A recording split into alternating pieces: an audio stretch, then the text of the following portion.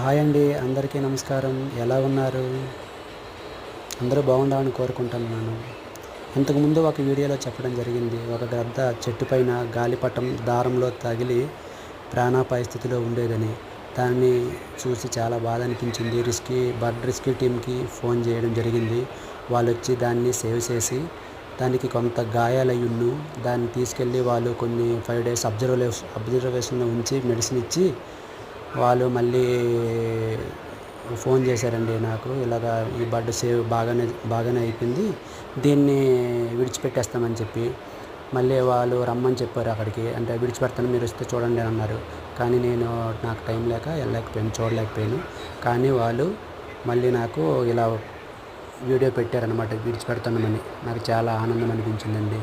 ఎందుకంటే ఆ రోజు ఆ బర్డ్ సేవ్ చేయడానికి నేను చాలా సాయశక్తిలో ప్రయత్నించాను. కాకపోతే నా వల్ల అవ్వలేదు. తర్వాత అనమాట వేరే ఒకతను చెప్పారు, బర్డ్ రెస్క్యూ టీమ్ ఫోన్ చేస్తే వాళ్ళు వచ్చి సేవ్ చేస్తారనేసి. అప్పుడు వాళ్ళు సేవ్ చేసి దాన్ని మెడిసిన్ ఇచ్చి మళ్ళీ ఇదే లొకేషన్లో విడిచిపెట్టారు. ఎందుకంటే మళ్ళీ వాళ్ళ తాలుగా ఫ్యామిలీ అంతా ఇక్కడే ఉంటాయంట, బర్డ్స్ తాలుగా ఫ్యామిలీ అంతా. అందుకోసమే వాళ్ళు తెచ్చి ఇక్కడే విడిచిపెట్టారు. అలాగే అండి, మీకు కూడా మీ ఏరియాలోనే ఏవైనా ఇలా బర్డ్స్ రిస్క్లో ఉన్నట్టుంటే మీరు బర్డ్ రెస్క్యూ టీమ్ అని గూగుల్లో కొట్టారంటే వాళ్ళ కాంటాక్ట్ నెంబర్స్ వస్తాయి.